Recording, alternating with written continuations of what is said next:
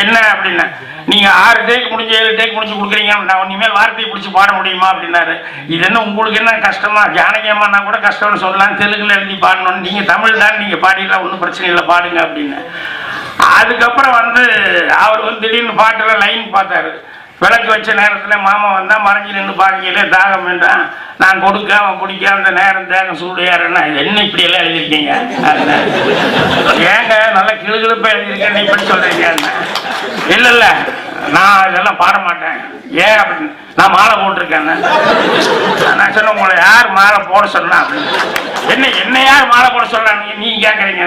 நாங்க சினிமாவுக்கு நாங்க சினிமா எடுக்கிறோம், நீங்க மாலை போட்டதுக்காக நாங்க என்ன சாமி படமா எடுத்துட்டு இருக்க முடியும்?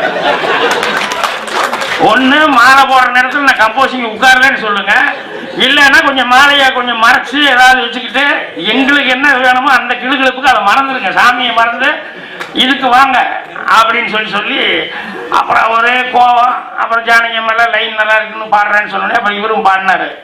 பாடும்போது என்னன்னா திடீர்னு கடைசியில் இது செக்ஸா இருக்கு அப்படி இப்படின்னு சொல்லிட்டு கடைசியில் பாட ஆரம்பிச்சிட்டாரு.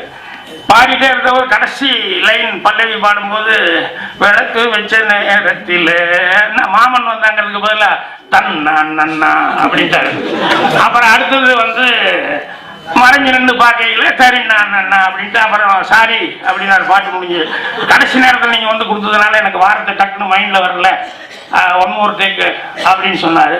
நான் இல்லைங்க பேக்கப், ஜானகி அம்மா பேக்கப் அப்படின்ட்டேன். இல்ல நான் வார்த்தையை பாடலையா? இல்ல நீங்க முதல்ல செக்ஸா இருக்கு பாட மாட்டேனீங்க, இப்ப நீங்க பாடினதான் எனக்கு ரொம்ப செக்ஸா இருக்கு. விளக்கு வச்ச நேரத்துல தன்னானா, மறைஞ்சு நின்று பார்க்கையில தரினானா, அதனால நான் எதிர்பார்த்தத விட ரொம்ப நல்லா வந்துருச்சு. ஆனால் இல்ல நான் பாடினேன்.